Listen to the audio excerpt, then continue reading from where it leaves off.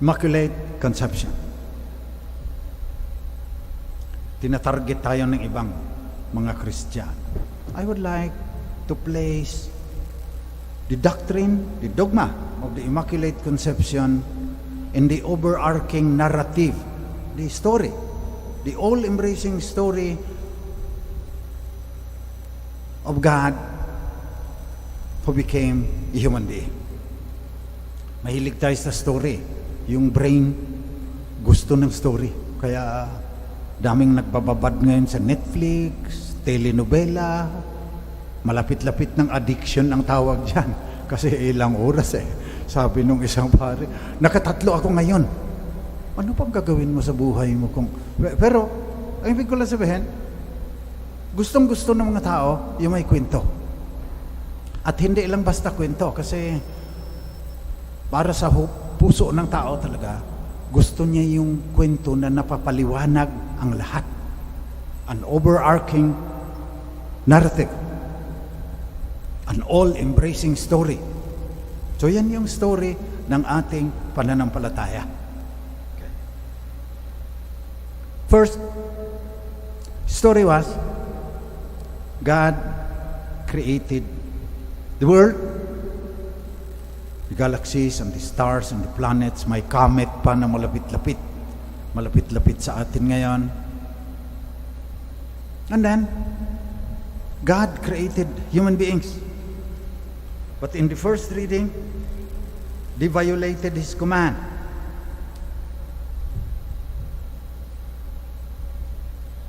The Lord said, and because you have done this, because you violated my command, you shall be punished. And so, we are punished with original sin. And then God revealed through the ages, Moses and the prophets, Isaiah, Jeremiah, that He will send a Redeemer. Doon pa lang sa Genesis, pagkatapos nito, sinabing, nag-promise, proto-evangelium ang tawag. May isang babae, dudurugin niya yung ulo mo. Sinabi doon sa serpent. Pagkatapos, ang revelation ng Diyos, itong Messiah, like the Son of Man, will come down and His kingdom will have no end. Also in the New Testament, in the Old Testament, God was described as all-holy. Background ng Immaculate Conception. So when the Son of God came, the divine Word, and the Word was made flesh and dwelt among us. Dwelt among us through the Blessed Virgin. Yun ang gospel.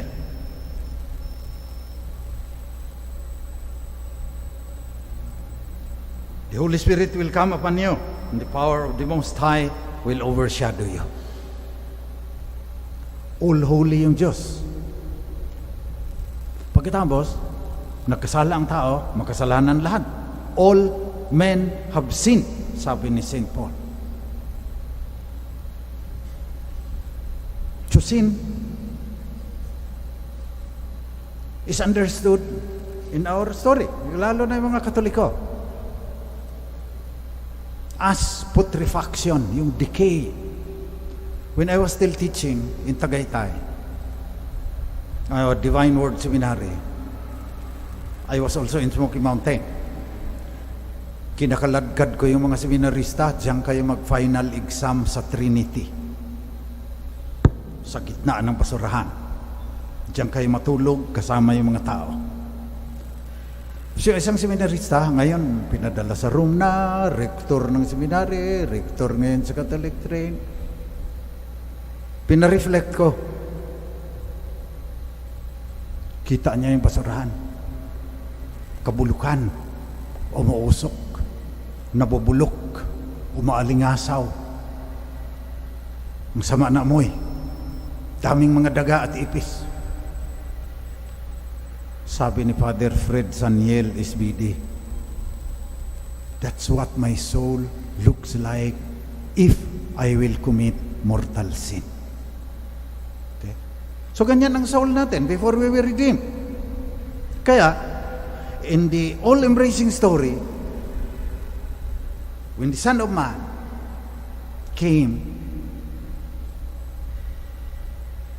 God anticipated the redemption of Christ, na tatanggalin ang lahat ng kasalanan, in-anticipate kay Mary. Yan yung Immaculate Conception. Sapagkat ang mga Katoliko has a very strong sense of God's holiness and a very strong sense of the putrefaction of sin. Kaya hindi natin matitiis. Ito lang, tabernacle. Pag nakitaan ng dumiyan, maghahalo ang balat sa tinalupan. Hindi natin matitiis na andyan ang katawan ni Kristo. Pagtapos may tayo ni ipis, kung ano pang mga nabubulok dyan,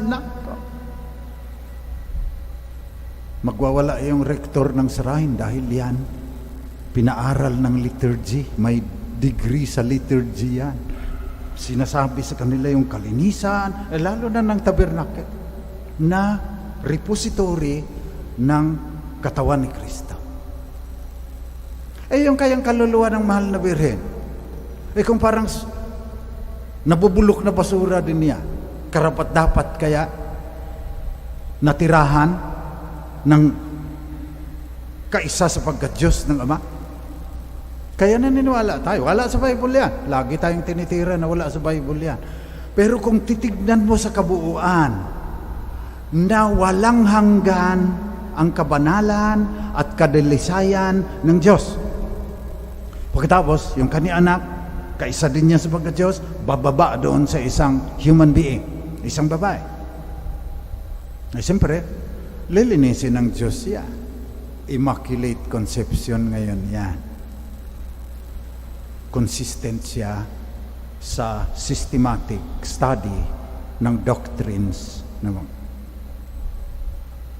Lagi tayong tinitira wala naman daw yan.